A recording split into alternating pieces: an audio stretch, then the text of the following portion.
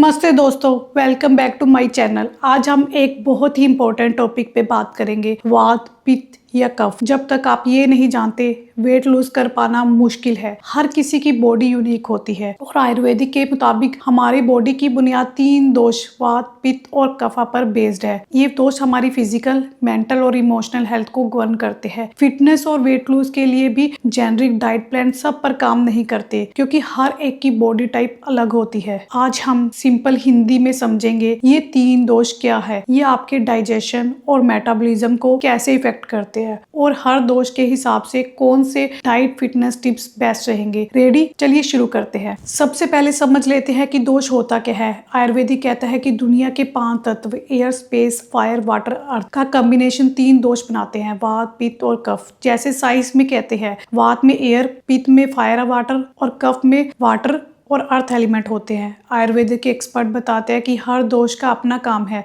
वात बॉडी में मूवमेंट को कंट्रोल करता है, पित्त डाइजेशन और मेटाबॉलिज्म को मैनेज करता है और कफ बॉडी की स्टेबिलिटी और स्ट्रक्चर को। मान लीजिए वात एनर्जी मूवमेंट वाली है, पित्त मेटाबॉलिक हीट वाली, कफ स्ट्रक्चर सपोर्ट वाली। अगर ये बैलेंस में रहेंगे तो बॉडी फिट रहेगी, लेकिन इनमें इम्बैलेंस से वेट इश्यूज भी आ सकते हैं। अब बात करते हैं इन दोषों के फिजिकल और बिहेवियर ट्रेड्स की, ताकि आप अपने आप को आइडेंटिफाई कर सके। पहले वात दोष की बात। वात डोमिनेंट लोग पतले बॉडी फ्रेम के होते हैं, स्किन ड्राई और क्रैक्ड हो सकती है, हाथ पैर ठंडे रहते हैं। ये लोग बहुत एनर्जेटिक और क्रिएटिव होते हैं, लेकिन कभी कभी मूड स्विंग और टेंशन भी ले सकते हैं। इनकी डाइजेशन इरेगुलर होती है, कभी भूख ज़्यादा तो कभी बहुत कम, जिसकी वजह से ब्लोटिंग, कॉन्स्टिपेशन भी हो सकती है। इसलिए वात टाइप को गर्म, ऑयली और सॉफ्ट फूड्स खाने चाहिए ताकि डाइजेशन स्टेडी रहे। पित्त दोष थोड़ा अलग है। पित्त लोगों के बॉडी बिल्ड मीडियम होता है, मसल अचीव होते हैं और डाइजेशन स्ट्रॉन्ग होता है। इनकी बॉडी हीट थोड़ी हाई रहती है और यूजली ब्लड सर्कुलेशन तेज होती है। पित्त टाइप ड्राइवन और गोल ओरिएंटेड होते हैं, कम्पिटिटिव नेचर के होते हैं, पर इन बैलेंस में ये जल्दी गुस्सा कर सकते हैं और एसिडिटी, इरिटेशन भी फेस करते हैं। इनके लिए कूलिंग फूड्स सबसे बेस्ट है और इनके लिए रेस्ट भी सबसे इम्पोर्टेंट है। कफ दोषा के लोग फिजिकल और एनर्जी ट्रेड्स है। इनका बॉडी फ्रेम बहुत मजबूत होता है, ब्रॉड शोल्डर होते हैं, थिक हेयर होते हैं और ऑयली स्किन होती है। कफ इंडिविजुअली काम होते हैं, फटीग कम आती है पर लेजीनेस ज्यादा। ये स्टेडी एनर्जी रखते हैं, लेकिन मोटिवेशन लो हो सकती है। उनका डाइजेशन स्लो होता है, मेटाबॉलिज्म धीमा होता है, इसलिए this type easily weight gain कर लेते हैं और लूज करने में मुश्किल होती है। Dosha effects on metabolism and digestion. Vata लोगों की डाइजेशन इरेगुलर और बर्बलिंग हो रहती है, एनर्जी सडन बर्स्ट में आ जाती है और क्विकली लो हो जाती है। पित्त के डाइजेशन स्ट्रॉन्ग और फास्ट होता है, एनर्जी जनरली हाई रहती है, लेकिन अगर ओवर ईट हो गया तो थका हुआ महसूस कर सकते हैं। कफ के डाइजेशन स्लो, स्टेडी और खाने के बाद हैवीनेस आती है। अब बात करते हैं इनकी एनर्जी और स्टेमिना की। Pitta consistent high stamina, kapha slow but sustained. अब अपना दोष पहचानने की बारी है। यहाँ कुछ इंपॉर्टेंट ट्रेड्स है जो आप चेक कर सकते हैं। वता के बॉडी फ्रेम बहुत पतला होता है, इनके बोन्स और वेन्स दिखते हैं, skin dry, frequently cold hand feet. Mental pattern fast और क्रिएटिव होती है, लेकिन कभी रेस्टलेस और एंजाइटी भी हो सकती है। अगर आप हमेशा कल्पनाओं में रहते हैं और रूटीन में गड़बड़ होने की वजह से अपसेट होते हो तो वात हो सकता है। पित्त बॉडी मीडियम एथलिक टाइप की होती है, स्किन थोड़ी वार्म, ऑयली, आई ब्राइट्स और appetite strong, mental focus sharp, ambitious, थोड़ा परफेक्शनिस्ट नेचर है। अगर आप हीट से इरिटेट हो जाते हो और जल्दी भूख लगती है और गुस्सा जल्दी आता है तो पित्त दोष हो सकता है। कफ बॉडी सॉलिड और ब्रॉड होती है, वेट इजीली गेन होता है, स्किन ऑयली होती है, बाल मोटे होते हैं। कफा लोग बहुत काम, स्टेबल और इफेक्शनिस्ट होते हैं। अगर आप रिलैक्स नेचर के हो,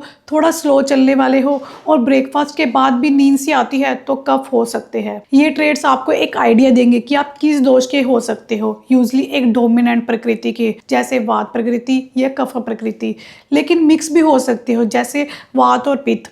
अब थोड़ा क्लियर हो गया है कि आपकी बॉडी में कौन सा दोष ज़्यादा एक्टिव है, तो आइए देखते हैं हर दोष टाइप के लिए क्या वेट लूज टिप्स काम करेंगे। हर एक दोष वेट लूज के लिए डाइट और एक्सरसाइज थोड़ी अलग हो सकती है। यहाँ मैं कुछ क्विक टिप्स दे रही हूँ, अपने दोष पर फोकस करके अपनी रूटीन बनाइए। वात पीपल ऑलरेडी बहुत स्लिम हो सकते हैं, इसलिए एक्सट्रीम वेट लूज ज़्यादा नहीं चाहिए।